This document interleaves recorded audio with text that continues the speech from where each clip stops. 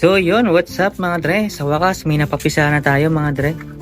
At ayan, nandyan yan sa nililimliman ni Hanabi mga tol.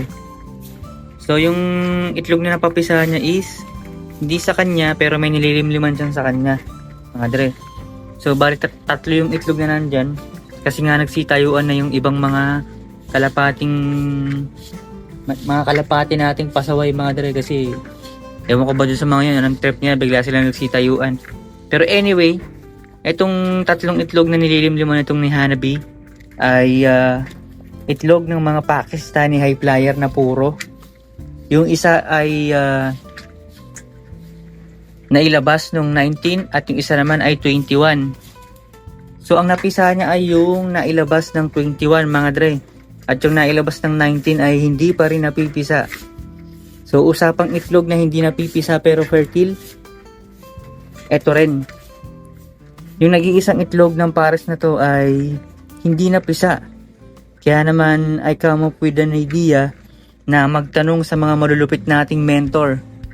So meron akong tinanong sa messenger na mga fans here na nakilala ko rin sa TikTok. Tinanong ko kung bakit hindi napipisa ang isang itlog kahit fertile naman mga dre. At nakareceive ako ng sagot mula sa kanila.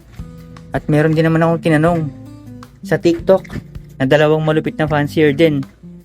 At hindi naman nalalayo yung kanilang mga sagot. Kaya naman tara, alamin natin kung bakit hindi napipisa ang isang itlog kahit ito ay fertile mga dre.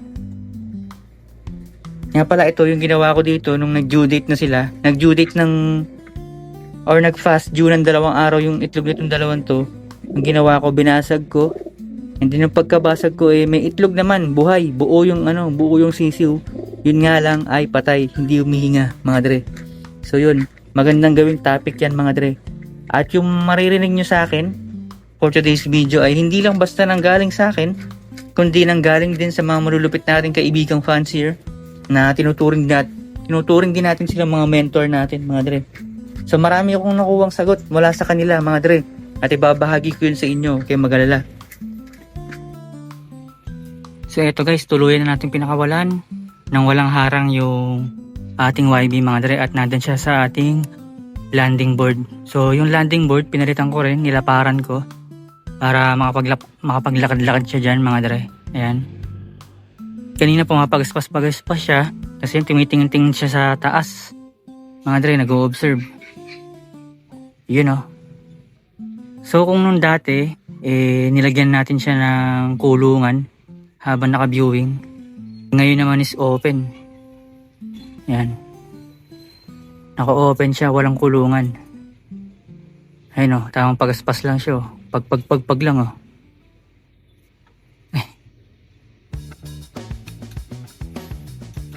Nagtutuka-tuka siya dun o. Actually, nilagyan na yan. Yung kulay pula na yan, wala naman dapat yan dyan eh. Yan. Nailagay ko lang, naipatong ko lang kasi naglilinis ako sa loob. Ayun o, yung brush. Ayun o, yung brush tsaka yung patukaan niya, naipatong ko muna sa ibabaw. Nililinis ko kasi yung loob ng mga dre, micro lock. Ayun o, tamang observe lang siya dyan. Walang ibang kalapati sa paligid. Siya lang. Yan. Tapos ayun yung Pakistani natin nakaisa. Nagsosolo. Ayun o. Ganyan talaga yung behavior ng mga Pakistani. Mga dre, mahilig magsolo.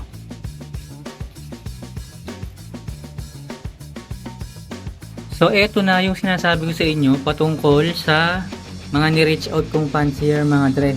So, marami-rami rin pala sila. Ayan o. 1, 2, 3, 4, 5, 6, 7. So, 7 fancier yung nakausap ko regarding sa yung itlog na hindi na napipisa. Fertile pero hindi napipisa. May sisiw sa itlog. Meron pang mga nagpadala ng ito, nakausap ko sa video call, ayan. Tapos ito, nagpadala ng voice message, ayan. Tapos usap-usap din. Ito rin, yan. So, ganito yung ganito yung pinaka-question ko, ayan, oh. Ayan, good day, boss. Baka pwede kita maistorbo. Boss, ano kaya mapapayo mo sa mga breeder ko? Fertile yung mga itlog, pero pagdating sa due date ng pisa, hindi napipisa. Tapos, pag binasag ko, may sisiw naman, kaso patay. Hindi rin mabaho yung itlog. May program ka dyan na pwede mahiram. Salamat in advance. Ayan. Ayan yung mga na-reach out kong fancier. Ayan si Dalubhasa Lop. Si MCS Lop. Ayan. Tapos si taga Pangasinan na tropa din natin. Nakilala natin sa TikTok. Ayan. Sino ba? Ito medyo bata to pero meron din naman siyang nabigay na tips mga dre. Dito naman sa TikTok. Ayan. Same lang din, copy-paste lang yung tanong ko mga dre. Ayan. Ayan yung mga napayo nila. At hindi na natin babasahin yan isa-isa. I-recap lang natin yung mga natutunan natin. Ito, sobrang dami ko natutunan dito. Dati kong basher to pero tropa ko na ngayon mga dre. Pero yung pagiging basher na sa akin, through message. Never siya nag-comment ng hindi maganda pagdating sa akin. So, more on pagko-correct or pagtuturo, ayan. So ngayon, tropa na kami niya ni So ito yung summary mga tol. Ayan So ito yung mga posibleng dahilan, mga dre, or mga steps na kailangan nating ayusin pagdating sa mga itlog na hindi napipisa, mga dre. Una, hindi tama ang kondisyon. Hindi compatible ang pair. Huwag masyadong malikot sa kalapate or huwag mo masyadong hinahawakan, huwag mo masyadong nililikot, huwag mo masyadong hinahawakan yung itlog. Tapos ito, maluwag, malinis, tahimik at hindi nababasa ng ulan na kulungan. So dito sa malinis, okay tayo dito. Sa tahimik, okay din tayo dito. Hindi nababasa ng ulan, okay tayo dito. Pero sa maluwag, medyo guilty ako dyan. So, medyo mahihirapan ako pagdating dito kasi gusto kong mag-breed ng sabay-sabay ng marami. Pero ang sa akin lang naman yung pag-upo, yung paglilimlim siguro. Pero ito nga, dito tayo sa number 5. Paghiwalayin muna at subukan ulit sa second clutch. Baka dun na mabuhay yung itlog mga dre. So ayan yung mga posibleng dahilan bakit hindi nabubuo hindi nabubuhay yung sisiw sa laman ng sa loob ng itlog mga dre. So fertile yung itlog, nag-fertile siya. Hindi lang malakas yung kalapate mga dre. So feeling ko nandito sa dalawa. Ayan. Nandito sa dalawa or dito sa number 5. Pero ito kasi subjective to, yung hindi compatible ang pair mga dre. So pero may mga nakapagsabi kasi sa 7 na tinanong ko na kahit gusto mong pagparisin yung champion na back-to-back, champion na hen, champion na cock, minsan talaga hindi sila compatible. Lalo na ngayon may ginagawa tayong pagko-crossbreed na kalokohan natin mga dre. So mahihirapan talaga tayo, magugulo yung genes ng mga kalapate, lalo na crossbreed yung trip natin. Pero subukan nating ayusin to. Itong number 1, hindi tama ang kondisyon. Susubukan nating itama yung kondisyon, ayusin. And then paghiwalayin muna at subukan ulit sa second clutch. Paghihiwalayin mo yan, kasi nga, gagawin mo to.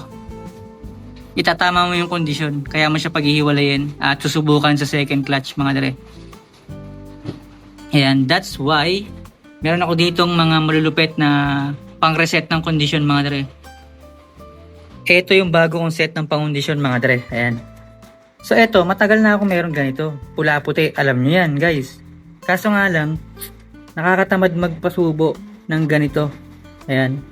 Lalo na kung mailap yung kalapate, malikot, ang hirap hawakan. So, nakakailang magpasubo ng ganito, pula-puti. Pero ngayon, aayusin na natin mga dre. Tapos ito, malunggay powder in the capsule. So ito, capsule siya pero ang laman is malunggay powder. Para diretso na mga dre. Ayan. Diretso na, rektahan na mga tol. Kasi ito, super breeder mga tol. Sinusubo rin, rekta subo na to. So, may mga super breeder naman or breeder booster na yung hinahalo sa tubig or sa pagkain. Pero ito, nilagay na siya sa capsule. 50 pieces siya mga dre. Ayan, 50 pieces. Tapos ito, garlic oil mga dre, binder. So, ito ay garlic oil with oregano mga tol. Ayan. Garlic oil with oregano mga dre. Ayan. So, ito yung pambabinder natin. Ihahalo natin sa patuka para yung patuka ay mas maging sticky. Tapos, lalagyan natin ng Vitamin Pro yung patuka at saka ng egg 1000 mga dre. So, ayan na yung bago nating pandigma mga dre. Pero sa ngayon, may inuupuan pa si Hanabi at si Kakashi, pati si Ulap at Makiling, may inuupuan pa sila na posible natin maging flyers na racing pigeon mga dre. And then after that, susubukan natin tong itong bago nating pangondisyon sa mga tapler na. So magpaparami tayo ng tapler mga dre. And then pag sobrang dami na ng tapler natin, doon na tayo magbe-breed ulit ng mga racing pigeon mga dre. Ayan. So mamaya mag-shoutout ako So may papakita lang ako sa inyo saglit mga dre.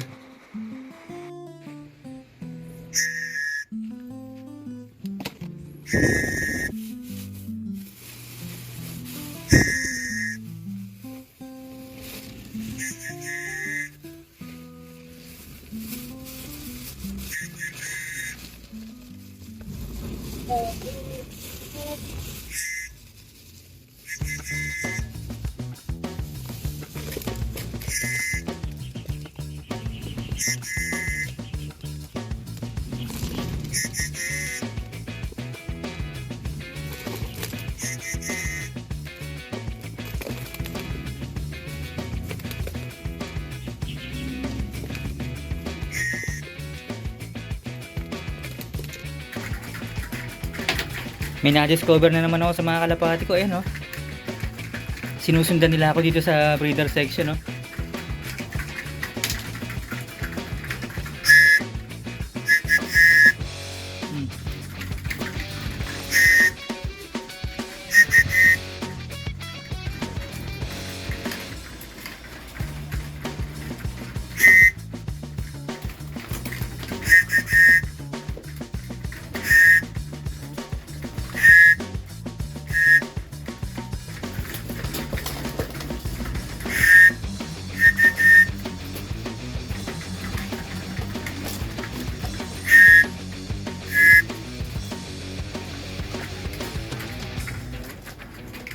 Tara na, dito tayo.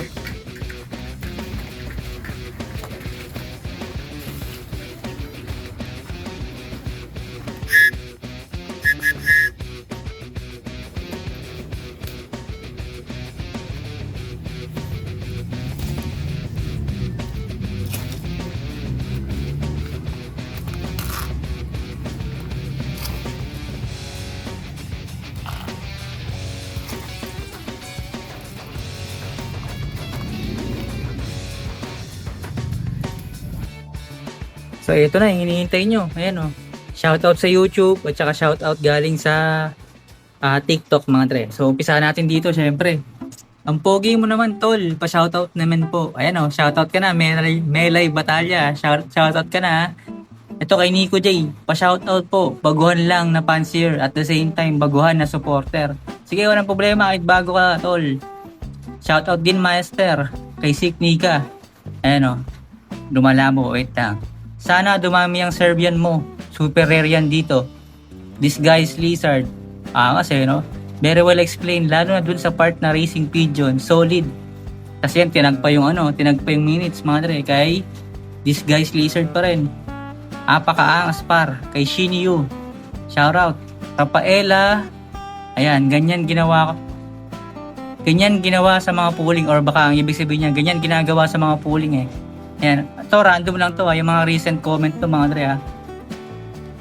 Idol, pa-shoutout naman po ako. Matagal na ako sa'yo nagsusupport, na nagsusubaybay, at pa-shoutout na rin sa mga taga Negros, siguro ibig sabihin ito.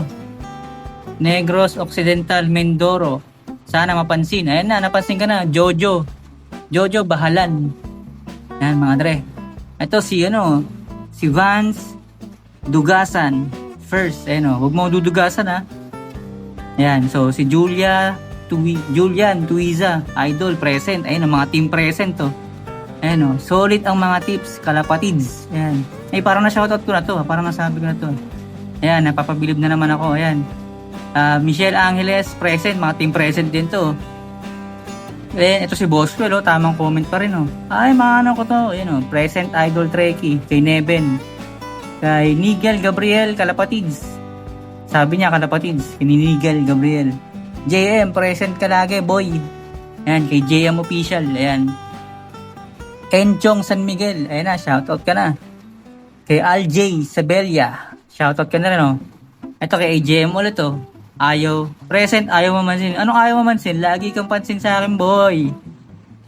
Yan, idol, pa shoutout din ako kahit bago pa lang ako nanonood. Kay Nathaniel Munoz. Christopher Tan. Ayan, shoutout ka na, tol. Ayan, Idol Dre Love, pa shoutout next video. Ayan, Trekkie Love po ako. Hindi po ako si Dre Love, pero yan yung madalas tawag ko sa mga tropa natin, Dre. Ayan, kay Nico J. Posas, salamat sa pa-shoutout, Palagi ako nakaabang sa mga videos mo. From Bicol, Camarines Sur. Ayan. Tapos kanina lang nag-post ako kanina, ayan. So yan, si Carl, ayan. Sobrang hinan din, idol. Ayan, yung nag-post kasi ako tungkol sa PLDT, ayan, Ayan, so dito naman tayo sa TikTok, mga dre. Yung mga recent lang, pero hindi pa kasi ako masyadong ready rito, Ayan, Ayan pusang galit. Ayan pusang galit. Jandel kami ni Kuya ko. Ano yung sabihin nun? Ayan. Tapos ito, Kapampangan ka pala, bossing. Ayan. Boss Trekkie, naghahanap ko ba ng kalapating agila? Brown, white kulay niya. Hen. Naghahanap ako hen. So, yun. Next time na lang yung sa TikTok. Medyo hindi ko pa gamay Medyo hindi ko pa gamay yung, malabo. Hindi ko pa gamay yung paggamit ng desktop ng desktop version ng TikTok, mga dre. So, next time. Yun, maraming salamat sa panonood. Let's go!